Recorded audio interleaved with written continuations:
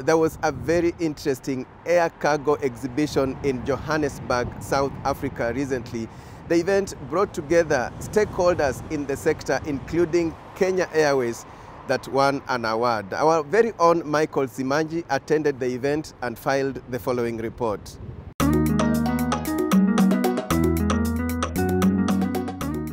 The last time we were all gathered together like this was 2019.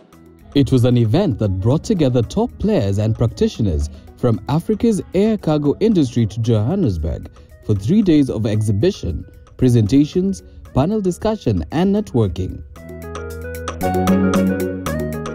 From ground handlers to freight forwarders, shippers to cargo owners, national carriers to airline authorities, every sector in air logistics was well represented for this year's Air Cargo Africa exhibition. And there to help get things started was Kenya Airways Group MD and CEO Alan Kilavuka. First, the cutting of the ribbon. 3, 2, 1. It's a fantastic event of many people in the cargo fraternity, airline cargo fraternity. So coming together to look at the trends, to learn from each other, to connect, hopefully to see whether we can generate more business, just not for ourselves and for our partners as well. So a really good event for growing the business and supporting each other to understand what trends we have in the industry. We're showcasing our scale. We're also looking at KQ Pharma. We are demonstrating that we can do live products.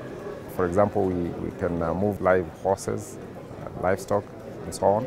This is something that people are not aware of. We are also one of the biggest flows, not just from Nairobi, but also from Johannesburg and beyond.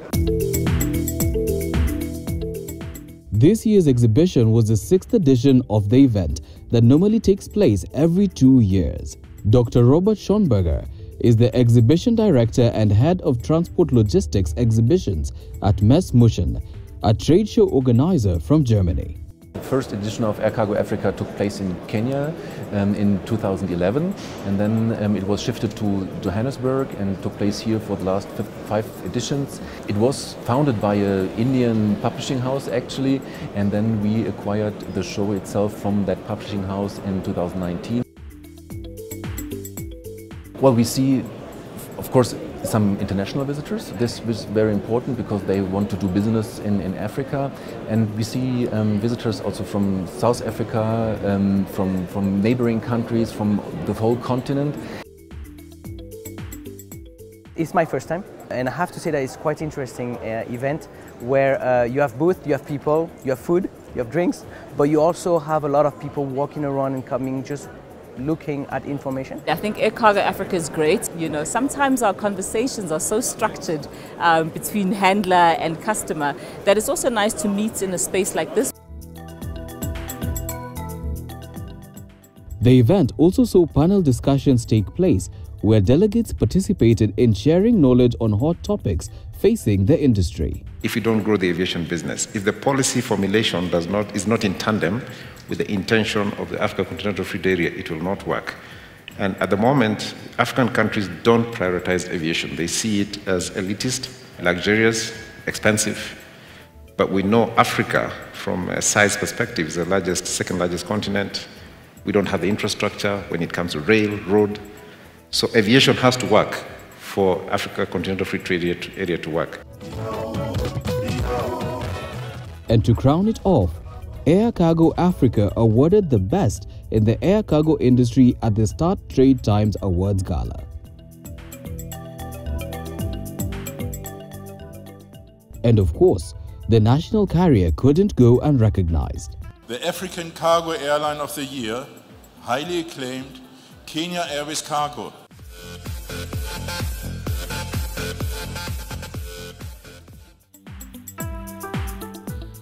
For those in the industry, this was no surprise, given KQ's exemplary and innovative work in the industry across the over 40 destinations the national carrier flies to. We're very excited that our customers nominated us for the Air Cargo Airline of the Year. in Africa, highly acclaimed. Really tells you that our customers can feel the impact on the value we are creating within their space. We carry a lot of cargo to most of the landlocked African countries.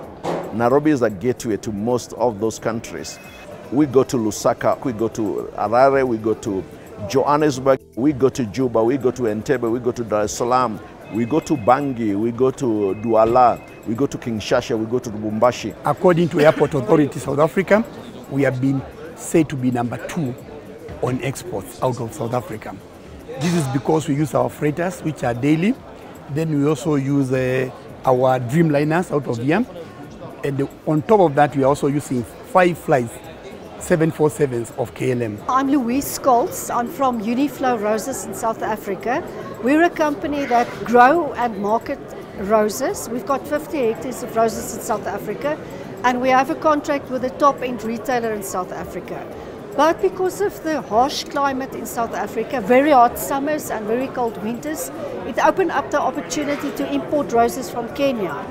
And we make use of Kenya Airways. They're our partner there who handles our logistics. And we do about 250,000 tons a year from Nairobi into Johannesburg. Yes, and we've got peak periods, which are Valentine's Day, which was just done very successfully, and the next one is Mother's Day, which is always the second Sunday of May in South Africa, the 14th of May, where we plan to uplift about 30 tons from Nairobi into Johannesburg and possibly into Cape Town as well. My name is Paul Mwakisha. I'm the general manager at Kenya Air Freight Handling. We are in the business of handling fresh produce. Our biggest business for fresh produce and flowers is drawn from Kenya Airways. And we have enjoyed the service from Kenya Airways. They provide premium service for the customers that we work for. How is cargo charged, Mule? Is it by weight, by volume? During our interaction with the Kenya Airways Cargo and Passenger Operations Manager in South Africa, Patrick Mule, at the KQ warehouse in Johannesburg, he highlighted how KQ has spread its wings in the region. We can bring the cargo even all the way from Europe and you track it.